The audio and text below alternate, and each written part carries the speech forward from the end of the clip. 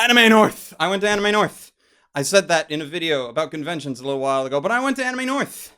And it was awesome, and I wanted to tell you about it, because I kind of do that every year.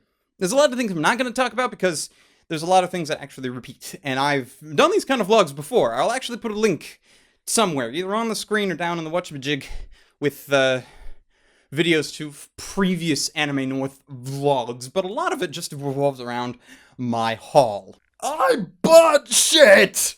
A lot of it! Oh god, hold on, whoa! In fact, it's kind of a rule of mine that any money I could spend on food is money I should be spending on anime, which is why I don't normally eat a lot. I've changed that rule in the last couple of years, because I've had a little bit more money, and living for 3 or 4 days on just meat sandwiches and Pop-Tarts ain't that nutritious.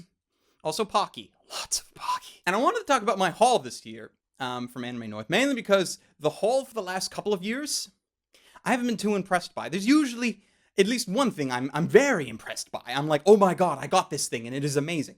But it is usually just one. This year, I got a lot of stuff. Let me actually go through kind of the whole trip, sort of. Just, I'll briefly go over a couple of things, and then other things. Traveling to the venue wasn't actually that bad. I needed to take a bus that gets me down into Toronto, because if you don't live in Ontario, let me inform you that in Ontario, the only way you can get to anywhere else is you have to go to Toronto.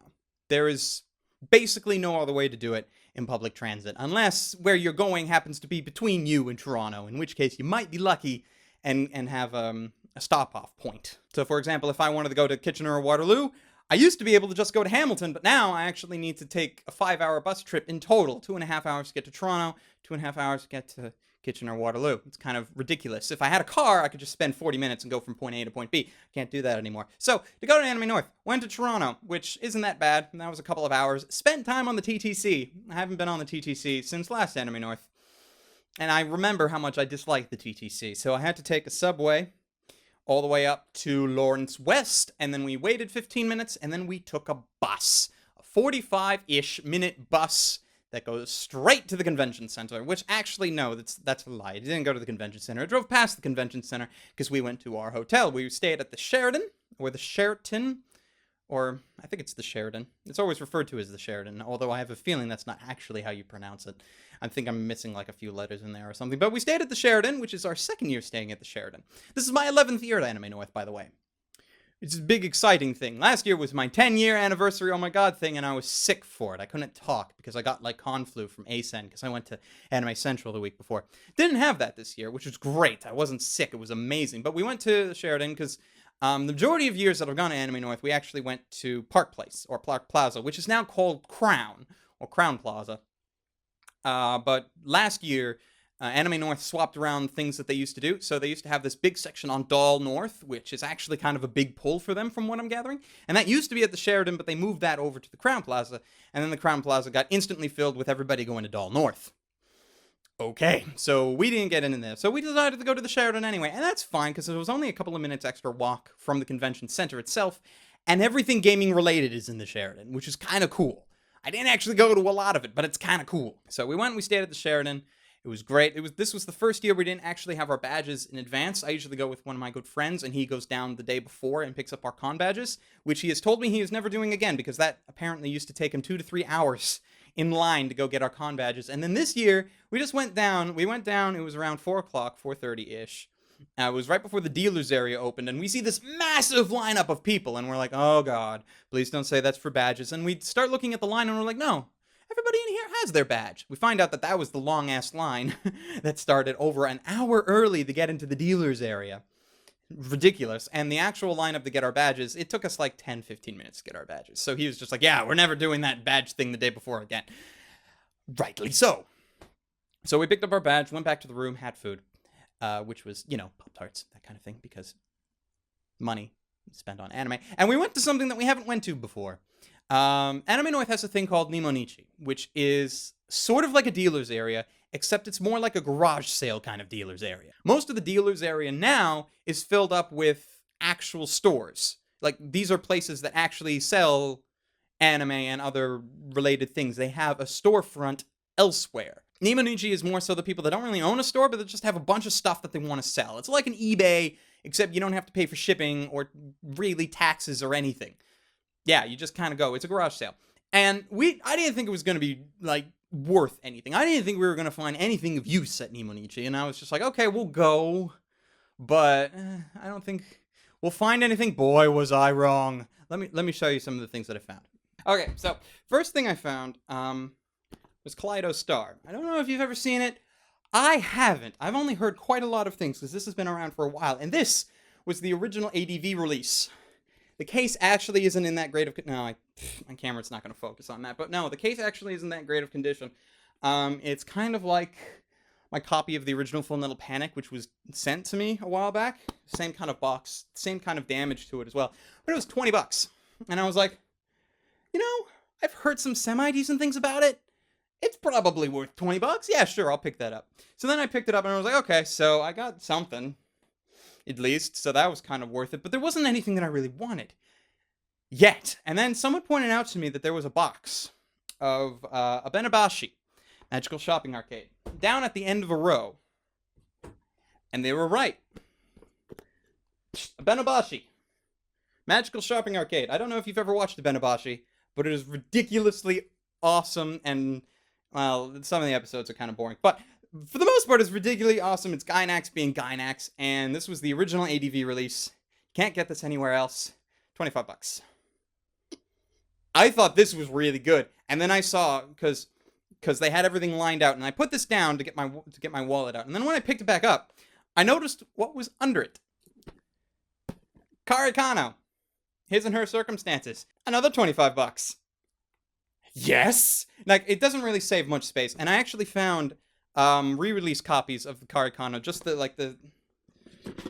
like single volume, this kind of size, just the single volume for the entire thing, and those were around $40 or $50. So it was about half price, and it's not really space saving, but I don't care because it looks like the original friggin' box, and the box kind of looks like crap. I'm not gonna lie, this box is probably the crappiest looking box I ever bought, but it's legit. It's this is the Right Stuff International release from 2002.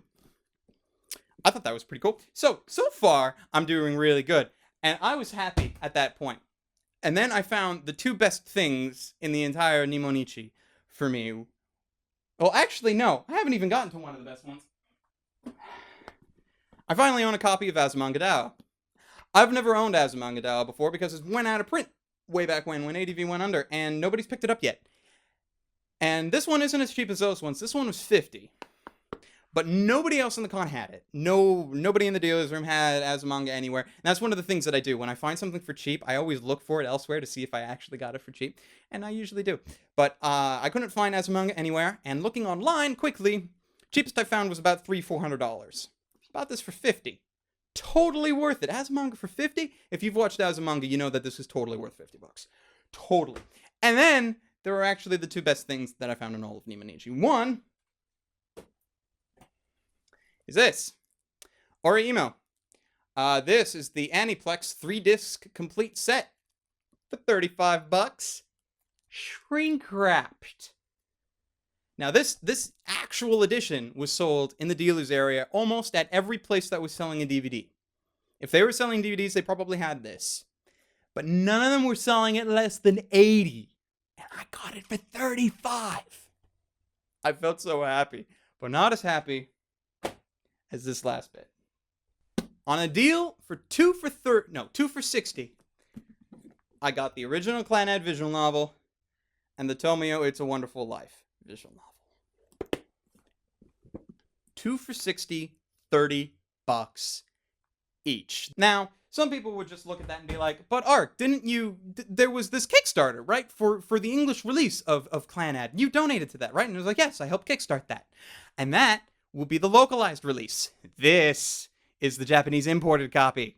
I'm a collector. This kind of thing is great for me. I love it. So $30, totally worth it.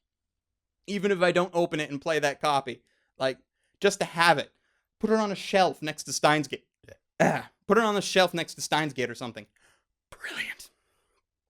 And at that point, I considered it like the best day ever. Because I got all that stuff. And I only spent like $150 some odd for all of it. Probably a little bit more than that, because I just stated all the prices, and you could probably add it up and find out that I actually spent more than that. I was probably closer to 200, two some odd. But still, like, oh, oh. And that is the thing, see, and I got a lot of other stuff too. So I got other things in the actual dealer's area. I'm going to show you some of it. And even just the haul from the dealer's area, I was happy with. Like, ignoring all of that. Ignoring all that. The stuff I got from the dealer's area, I was totally happy with. Let me show you some of it. Alright, because there's quite a bit of it, I'm going to do this in 2 handfuls. So the first handful started off with the super amazing value edition of Negima. I've been trying to find Negima for a very long time, and recently they put it in the super amazing value edition. This was reimagined and uncut for 30 bucks. Yeah, duh. I've been trying to get Negima forever, and like I make this list, like I make this piece of paper. This year I just put it on my phone, but I make this piece of paper of things that I'm looking for, and Negima's been on my Anime North to look for list for the past 3 years. Picked it up for 30 bucks. Yeah, totally worth that. Now, this is one of the things that was a bit more expensive, which is I finally picked up my copy of Log Horizon. Because you guys know that when I review something, if it's not licensed when I review it, I'm under obligation to buy it at the earliest possible opportunity. For the most part. Now, I could have just, like, pre-ordered it and things like that, but I don't like doing that, and I still paid about $150 for this, which is about as much as I would have paid if I pre-ordered it, except I just did it now when I actually had money saved up for the purposes of buying anime. So I finally bought my copy of Log Horizon. Picked up Badlands Rumble, Trigun, because I haven't really watched it yet. I've seen clips and images, and where did I watch this? I can't remember. That's probably a bad thing if I don't remember if I've watched it or not. Either way, I own it now.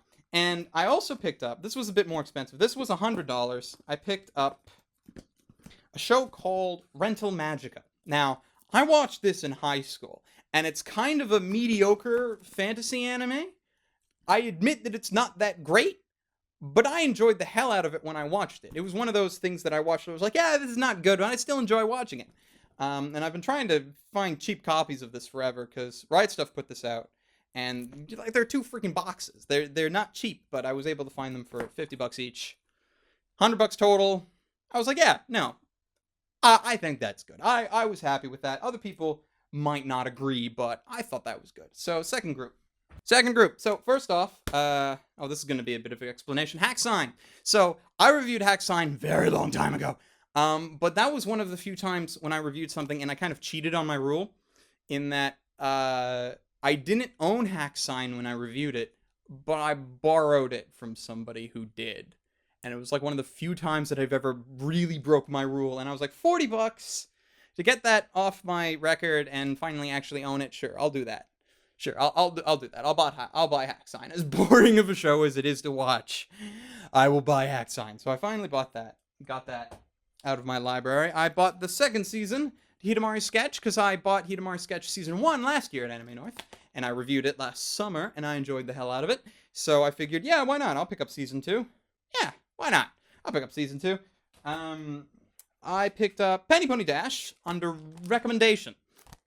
One of the things that my friend and I usually do is we recommend to each other anime. And usually, every time he's recommended me something, and I've recommended him something, it hasn't gone wrong either way. So he was just like, this is my recommendation for the year. Penny Pony Dash. And I was like, oh. Okay. Sure.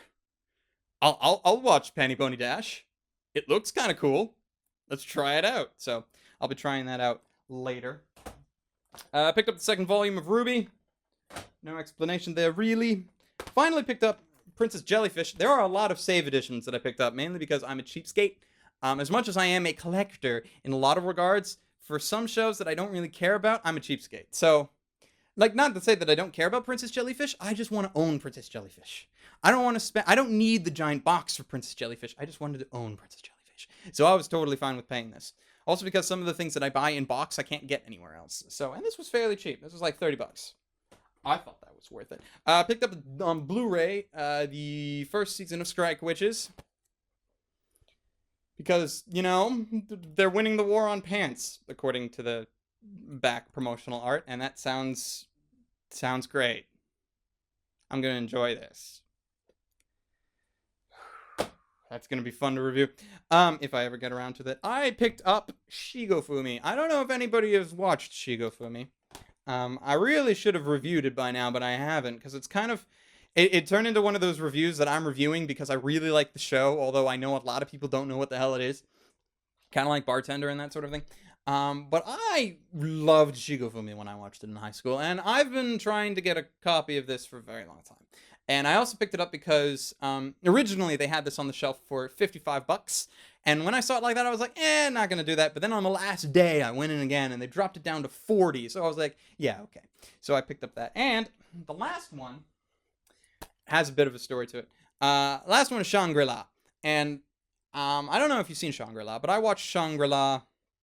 I watched the first couple of episodes of it when it was airing in Japan, back when I used to do that, but then I stopped. I can't remember anything of what it was about or anything else, but the funny story about this is that it's a misprint. I don't know if you'll be able to see that, because there's a limit to what my camera can freaking focus on, but on the side of this case, it says property title goes here. And as I found out throughout the entirety of Anime North, all of the Shangri-La Value Editions are misprinted that way. And from what Twitter has told me, this is not a rare thing. Which saddens me, Funimation. This saddens me. Misprints are supposed to be so rare, you might only find one every 10 years or so. Like the one I freaking found on my Chorus box set. That was a wonderful misprint. But this, that was kind of weird. So that was my haul. That was my haul from Anime North. Had a great time. And it was really cool too, because I got to meet a bunch of people. I tried to go. There was a panel. I didn't actually run my own panel this year because I tried to, and then apparently there was something up with Q&A panels and guests and agreements and so forth. So I couldn't get my own panel. It was offered to me to co-panel other panels with other people, but I was like, nah. If Anime North is kind of my fun convention, the one I go to for fun, doing panels and that kind of thing is listed sort of as work. So I tried to do a panel, but I kind of fell off that idea pretty quickly. But there was a YouTube panel. There was indeed a YouTube panel, and I didn't know who was in it. I found out later it was a bunch of other people that have varying subscriber counts and so forth. But I didn't know who was there, and I went to the YouTube panel, and this is kind of the funny thing. I showed up 15 minutes early to get into the YouTube panel. The lineup was like zigzagging in and around the door, and then down the stairs into the next level, and I was in the line somewhere on the stairway. And about a minute or so after the panel was supposed to start, the staffer comes around saying, sorry, the room is full, you guys are gonna have to go. So I was sitting there going, wow, I came here like 15 minutes early, and I didn't get into the YouTube panel. So I thought that was quite amusing, to a degree. So all I did is I just moved to the bottom of the stairway and just kind of sat there for an hour, and then a bunch of people who also didn't get into the YouTube panel, as they were filtering down, they were just like, are you? And I'm like, yes, I am. So then they came over, they said hi, they took pictures, and that was fun. I enjoyed doing that, so I hung around there for an hour or so, and then I went back to my room, met a guy on a bike. He was a cool dude. And I know I probably could have got into that panel if I really wanted to, but I didn't really want to barge in on anybody. I didn't think that was right. They filled a room.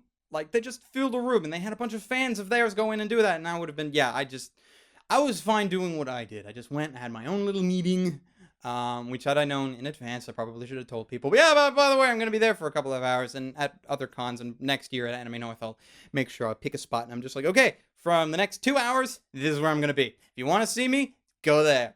And that would probably be pretty cool. But yeah, that was fun. But I got to go back to my hotel room. We watched a lot of Azumanga Daioh, which I haven't seen in years, because I never owned a copy of it. So I just haven't watched it since high school, and I got to watch a lot of it, and it was great. I enjoyed the hell out of it. Like a lot. Like a lot. A lot. I really enjoyed Azumanga Daioh. It is so great, and it's probably going to be reviewed sometime soon. FYI. So, that was cool. Food was kind of good. We had Boston Pizza on Saturday. They actually had a sign. Oh, I should have taken a picture of it. But you can probably find a picture of it somewhere in Anime North if you look, because I'm sure someone took a picture of it somewhere. And you know how most of these places have like little signs that the restaurant actually puts up things, like it usually is some kind of deal, like come in for wings 2 for $5 or something like that. Well, they had welcome anime. Just welcome anime, not welcome Anime North.